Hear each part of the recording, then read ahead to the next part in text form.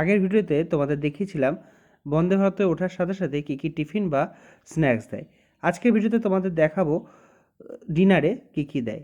দেখো, ফার্স্টেই একটা ছোট বক্সের মধ্যে আলু আর মটরের একটা সবজি আছে, আর দিয়ে দিয়েছে ভাত।